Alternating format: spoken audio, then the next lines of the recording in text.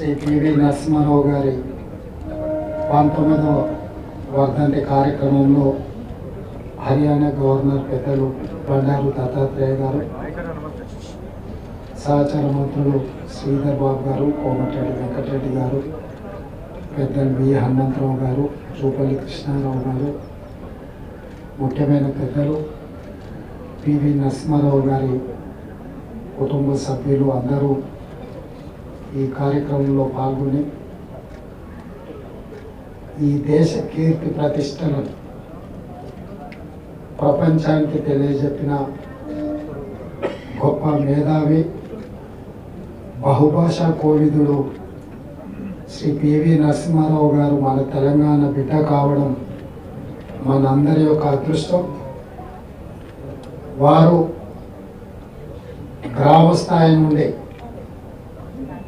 నాటి నిజాం పరిపాలనకు వ్యతిరేకంగా పోరాటంలో క్రియాశీలక పాత్ర పోషించి ఈ ప్రజలకు విముక్తి కలిగించి స్వేచ్ఛావాయువులను అందించడంలో ఎన్నో సమూలమైన మార్పులు తీసుకొచ్చి పరిపాలన అంటే ఏ విధంగా ఉండాలనో భవిష్యత్ తరాలకు ఆదర్శంగా నిలబడి 1991లో వారి దేశ ప్రధానమంత్రిగా బాధ్యతలు చేపట్టినప్పుడు ప్రపంచంలో ఈ దేశానికి అప్పు పుట్టని పరిస్థితి, ఎవరూ మనల్ని నమ్మని పరిస్థితి, ఈ దేశం యొక్క మనుగడనే ప్రశ్నార్థకమవుతున్న సందర్భంలో వారు ప్రధానమంత్రిగా బాధ్యతలు చేపట్టి IMF దగ్గరికి మా దేశానికి రుణం కావాలి అంటే మిమ్మల్ని నమ్మే పరిస్థితి లేదు, మీ దగ్గర ఉన్న బంగారాన్ని తనఖా పెడితే తప్ప మీకు అప్పు ఇవ్వలేని పరిస్థితి అని అంటే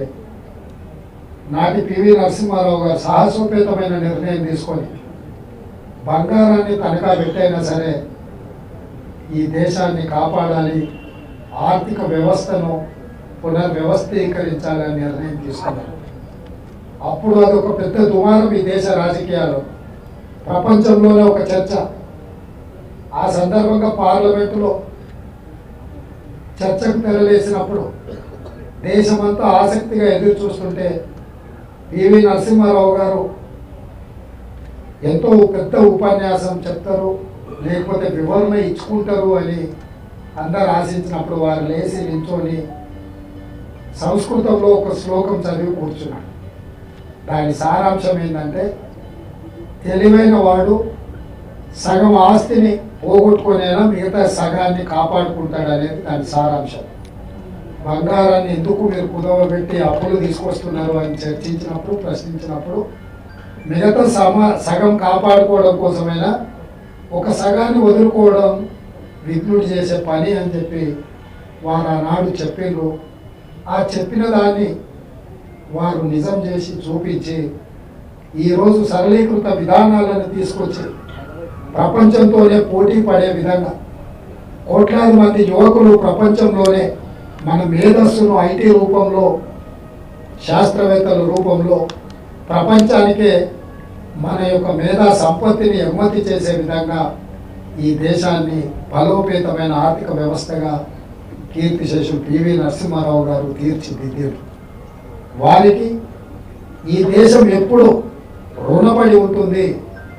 ఈ దేశం ఈరోజు ఆర్థిక రంగంలో రాణించిన, పరిపాలనలో పారదర్శకవంతమైన పరిపాలనను అందించిన, ముఖ్యంగా సీలింగ్ యాక్ట్ ద్వారా పేదలకు ఆత్మగౌరవమే భూమి, ఆ భూమి కొద్దిమంది చేతుల కబద్ధ హస్తాలలో ఉంటే ఈ ప్రాంతంలో జరిగిన ప్రతి పోరాటం, నిజాంకు వ్యతిరేకంగా జరిగిన సాయుధ రైతాంగ పోరాటం భూమి చుట్టూనే పరిభ్రమించింది. ఆ తర్వాత జరిగిన నక్సల్బరీ పోరాటాలు కూడా ఈ భూమి చుట్టూతోనే పరిభ్రమించినాయి. భూమి పేదవాడికి అందుబాటులోకి తీసుకొచ్చి పేదవాడి ఆత్మగౌరవమైన భూమిని భూ పంపకాల ద్వారా వాళ్ళకి చేర్చినప్పుడే ఈ యొక్క పోరాటాలకు ఒక నిబద్ధత ఉంటుంది అని చెప్పి ఈ అగ్రికల్చర్ ల్యాండ్ సీలింగ్ యాక్ట్ తీసుకొచ్చి వీటన్నిటిని కూడా భూసేకరణ చేసి పేదలకు భూములు పంచడానికి పివి నరసింహారావు గారి బలమైన పునాదులు వేయడం జరిగింది. అందుకే ఈరోజు ప్రతి పేదవాడు గ్రామాలలో అసైన్మెంట్ ద్వారా భూములు వచ్చిన పోడు పట్టాల ద్వారా భూములు వచ్చిన దళితులు గిరిజనులు ఈరోజు ఆత్మగౌరవంతో ఉన్నారు.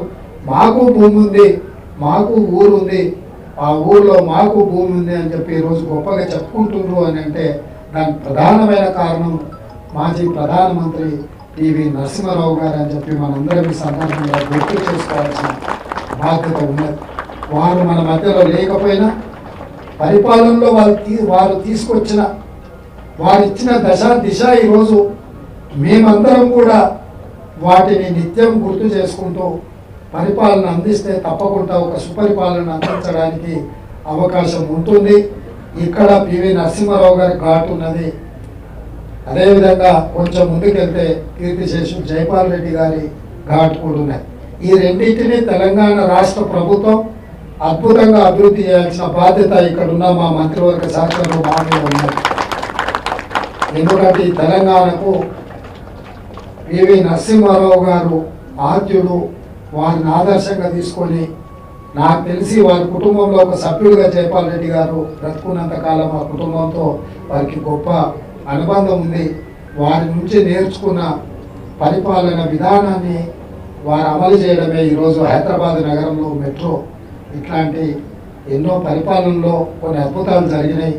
అందుకే ఈరోజు మా అధికారులకు మా ప్రభుత్వం ఈ రెండింటిని సముచితంగా అభివృద్ధి చేసి వీరిద్దరూ కూడా కాంగ్రెస్ పార్టీ యొక్క ఆస్తి, ఈ దేశ ప్రజల యొక్క ఆస్తి.